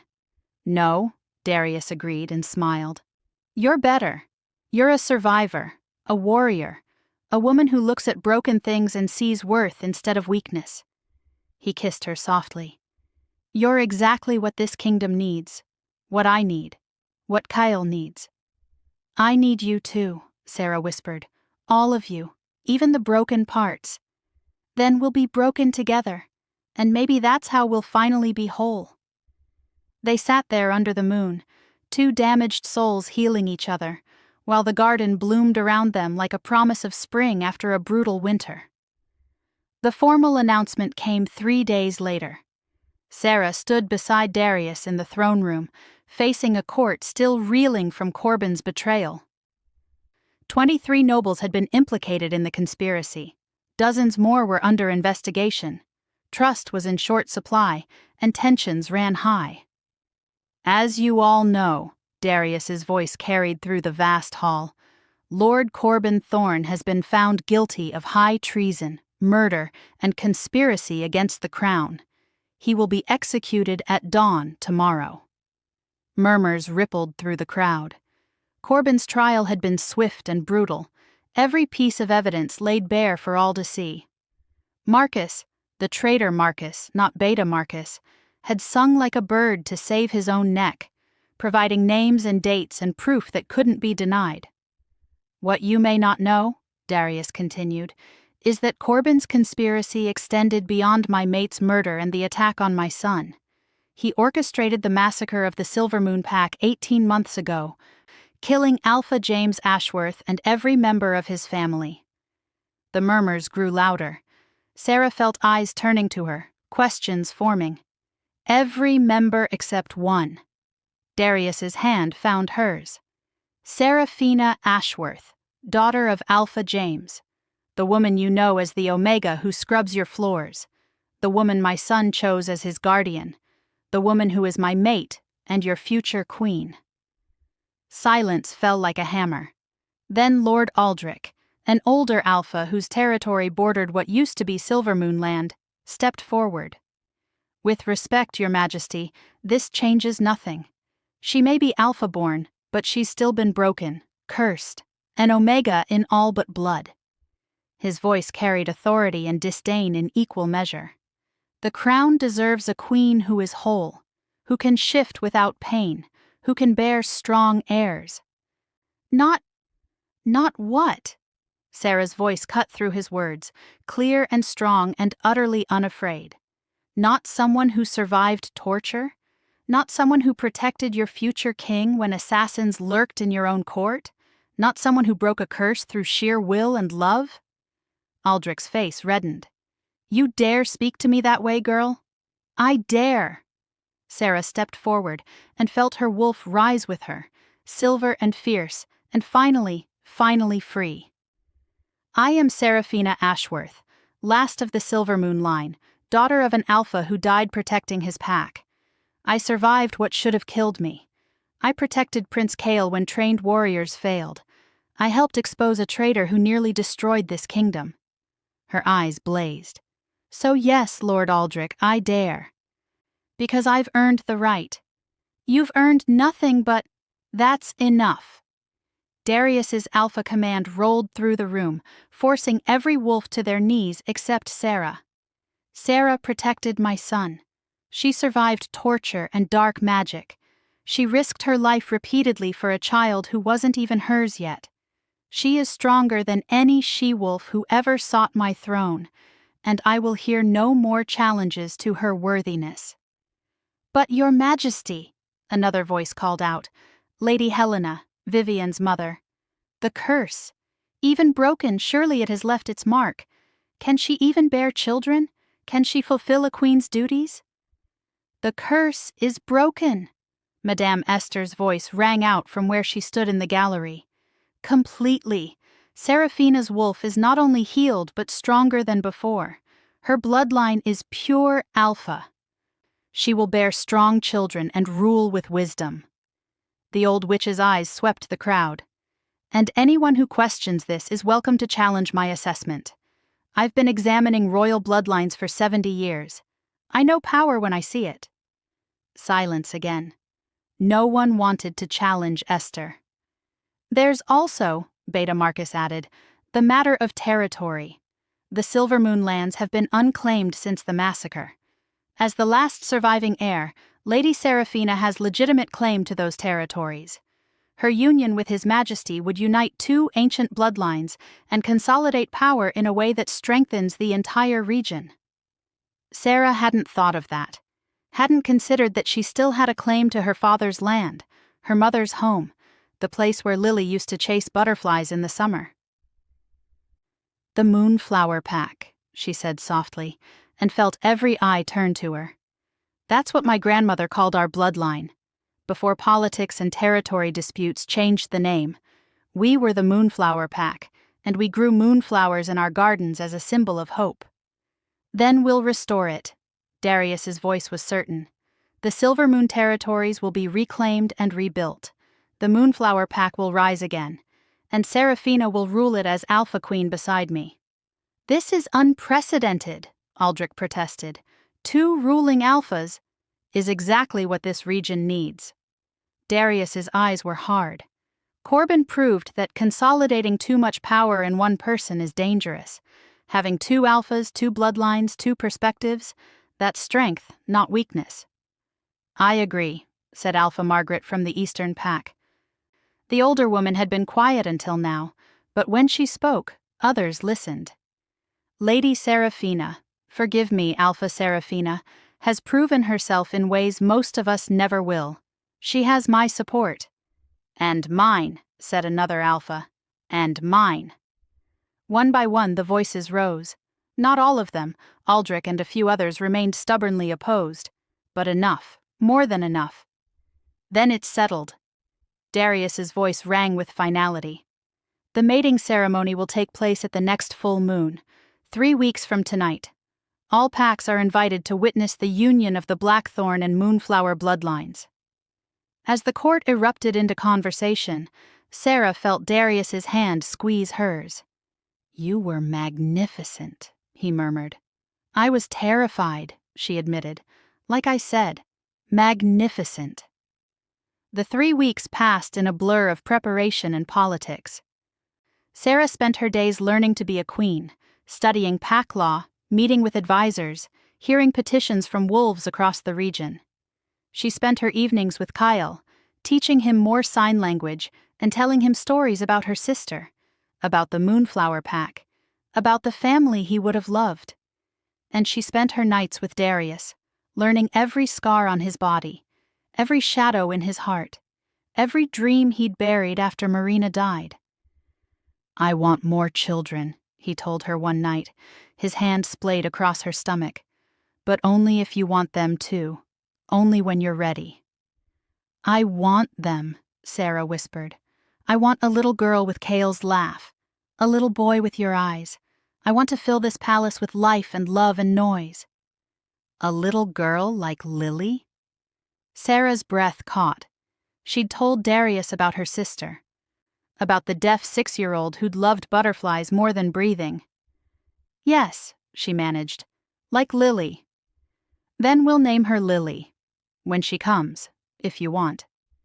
Sarah kissed him, tasting salt from tears she didn't remember crying. "I want." But peace never lasted long. 5 days before the ceremony, Beta Marcus burst into Sarah's study with grim news. "We've intercepted correspondence from the rebel faction. They're planning something during the ceremony." Sarah's blood ran cold. "What kind of something?" "They're not specific, but the message mentioned preventing the cursed union and purifying the bloodline." Beta Marcus's expression was dark. "We think they're going to attack during the ceremony itself. Maximum visibility, maximum casualties." "Cancel it," Sarah said immediately. "Postpone until—" "No." Darius appeared in the doorway, his face set in determined lines. "We don't bow to terrorists. We proceed as planned but increase security. Triple the guards. Have Madame Esther place protection wards around the ceremony space. And," he looked at Sarah, "we fight together if they come. Show them exactly what they're facing." "Darius—" "No, Sarah. I won't hide, won't postpone. These wolves tried to kill my son, murdered my mate, destroyed your family. They don't get to steal this day from us too." Sarah wanted to argue, wanted to insist they find a safer way. But she understood. Sometimes you had to stand in the open and dare the darkness to try you. Sometimes that was the only way to truly win. "Together then," she said. "We fight together. Always." The ceremony was held in the Moonflower Garden. under a sky bright with stars, and a moon so full it seemed to touch the earth. Hundreds of wolves from every pack in the region gathered to witness the union. Sarah wore a gown of silver that matched her wolf's coat, moonflowers woven through her hair. Darius wore the traditional ceremonial robes of the Alpha King, dark as midnight and embroidered with silver thread. Kyle stood beside them as ring-bearer, his small face serious with the weight of his responsibility. "We gather under the full moon," Madame Esther intoned, "to witness the mating bond between Alpha King Darius Blackthorn and Alpha Queen Seraphina Ashworth. 2 bloodlines, 2 packs, 1 bond." Sarah felt magic rise around them, ancient and powerful, the kind that only came with true mate bonds. She could feel every wolf present, their energy and attention focused on this moment. She could also feel something else, malice, creeping in at the edges like poison. Her eyes met Darius's. He felt it too. "Do you, Darius Blackthorn, take this woman as your mate, to protect and cherish, to rule beside, to love until your last breath?"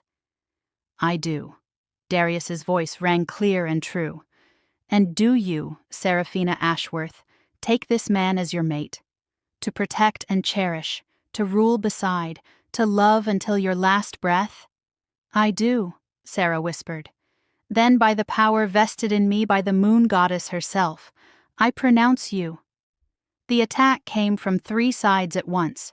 Wolves poured from the shadows, at least 20 of them, all wearing masks and moving with coordinated precision. Rebels, the last of Corbin's followers, making their desperate final stand. Screams erupted. Wolves scattered. Guards moved to intercept, but the attackers had planned well. Silver nets dropped from trees, trapping several guards. Magical barriers went up, separating the crowd. And 3 wolves, larger and more feral than the others, charged straight for Sarah and Darius. "Protect Kale!" Darius roared, already shifting. But Sarah was faster. Her wolf erupted from her skin in a flash of silver light, and she met the first attacker head-on. Her jaws closed around his throat before he could react, and she threw him aside like he weighed nothing. The second attacker learned from his companion's mistake.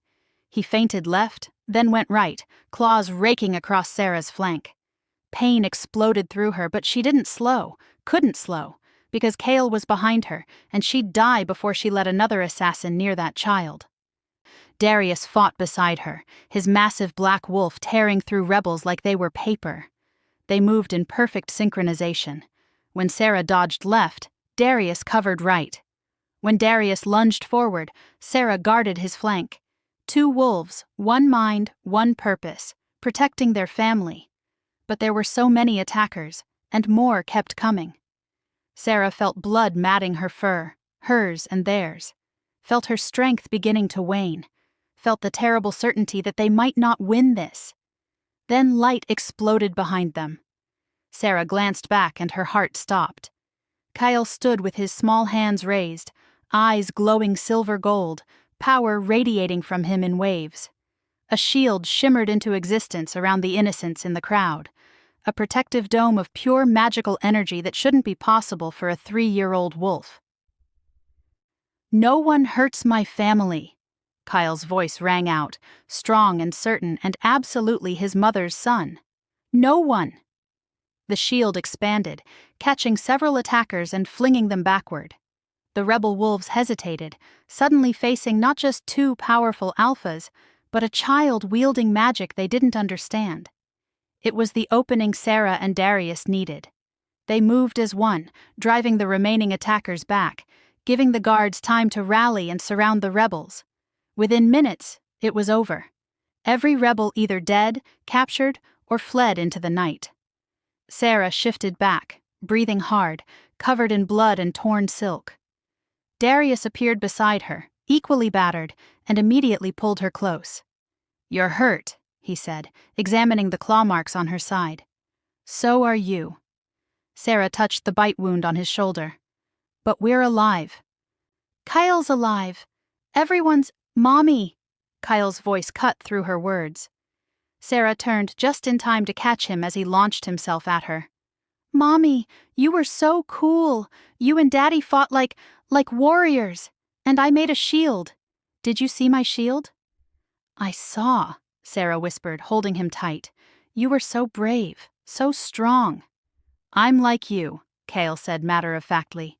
You protect people, so I protect people. That's what families do. Over his head, Sarah's eyes met Darius's. The mate bond pulsed between them, stronger than ever, forged in battle and blood and love. The ceremony, Beta Marcus said, appearing from the crowd with Madame Esther. Should we postpone until things are more secure? No, Sarah and Darius said simultaneously. We finish it, Darius continued, right here, right now. While our enemies watch from their cells and know they failed. Madame Esther smiled. As you wish, your majesties. They stood there in the wreckage of the garden, covered in blood and dirt, and finished what they'd started. By the power vested in me, Esther said, her voice carrying to every wolf present. I pronounce you mated and bound. Alpha King and Alpha Queen. 2 souls, 1 bond, forever and always.